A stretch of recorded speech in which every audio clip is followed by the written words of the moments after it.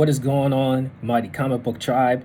I'm Molecular Maurice, and welcome to the Unmasked Comic. Today we're going to go into part 2 of The Last Days of Lex Luthor, written by Mark Waid and penciled by Brian Hitch. Let's begin and get into the adventure.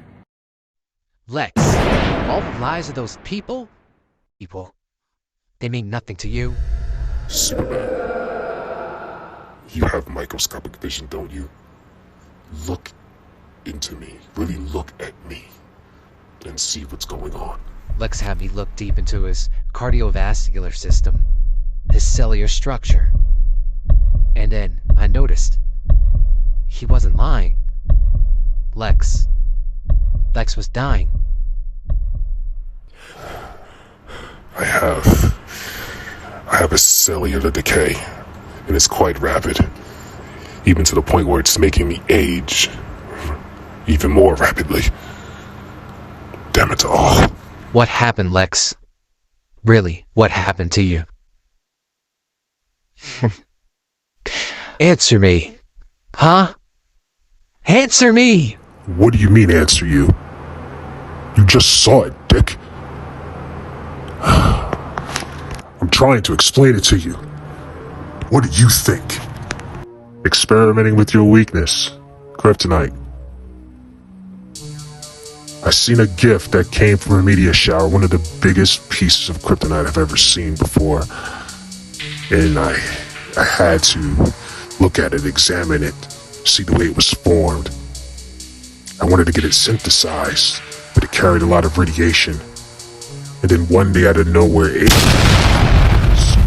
backfired badly. The sample, it just shattered into millions of pieces and combination of rays all the way down to the electromagnetic spectrum and the chemicals, the pathogens. It all combined within my lab, and I came to the point where I got blood work done, and everything confirmed the worst. My cells and my body, everything, Superman, is burning out. You can relax. I know the color green is scary to you, being I know kryptonite is your greatest weakness, but rest assured, Superman, it's lingering radiation, and as far as I can tell and know, there are no residual kryptonite particles whatsoever. So, you won't get affected by me, my super cape friend. All in all, me, Lex Luthor, the greatest criminal mind, or genius, the greatest intellect in human history, with all my research, all my development, at the rate I'm deteriorating, oh God, what is it? I have a few days left. With my brilliant mind, I've come up with nothing. Yes, nothing at all. I'm sorry to hear that, Lex. What can I do? But Lex knew, deep in his mind, that Superman would have sympathy for him. That's what he was banking on. You see, Superman, throughout our long history, you've always demonstrated this irrational trait. It's so unfathomable, utterly. And it all comes down to one simple thing. You always answer cries for help. Oh, this again. Will you Are shut you up, even Lex? listening? Or what I can do, or Don't what I cut know. me off. You think Listen you got to me this. figured out. Listen. But you're And evil, just Lex. shut up. Oh, Your feelings. Your evil is something You and way your beyond measure. Beyond measure? Lex, you have no You're clue like a who I child, am or what I've Kryptonian. done. A child in a big red cape. You invalid idiot. It doesn't matter, you alien. Even if it's me, no matter how many of the countless times we fought, you still have a weakness for human hope. You still have a weakness to help everyone. Is this another one of your traps, Luthor? because I really don't have time for it. That would be an obvious conclusion, wouldn't it, Superman? But rest assured, this is not a trick. This is 100% real.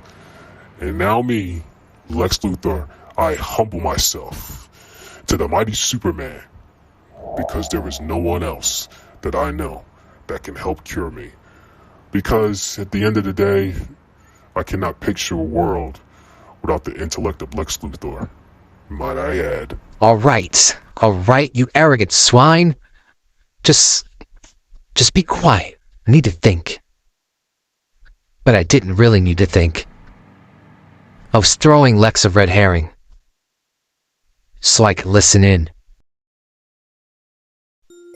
As Lex said this to me, I looked deeper and deeper, seeing the way his heart was beating, his palpitations, looked into his pores, see the way he might have sweat.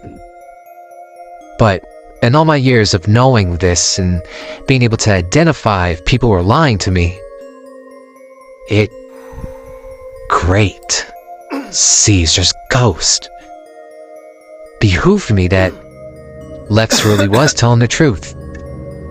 There was no deception in what he was telling me about his disease.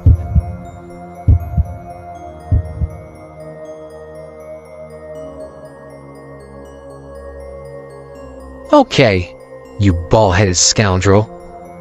I'll help you. But you'll still serve every minute of time in jail that you're supposed to after this. Oh yeah. But just one thing. You keep this between you and I. Am I clear? Well, I'm afraid that's too late, Superman. And that's when I heard it. My name spoken in horror of languages of people all across the world. You will help me. And now the world just heard it. Lex, you venomous Ladies and gentlemen, I want a story slime on this. This is front page of a right Cuban now. being. Lane, Olsen, I get could down always there say and find no. out what's going on with Superman and Well, why the hell well, he well, now, caught that Superman. crooked snake. Remember I told you. You're predictable. Now let the world hear your name, betraying their hope, and let them loathe and hate you, the way I always have, since the first day I laid eyes on you. But little did Lex know, that wasn't true. We were friends at one time. He just doesn't remember who I am. To be continued. Some images are from various artists from other stories. All rights are reserved for artists and writers of DC. This story is also told from the perception of the content maker. Bitches, relax, that was a joke. How? Thank you. Leave a comment below. The end.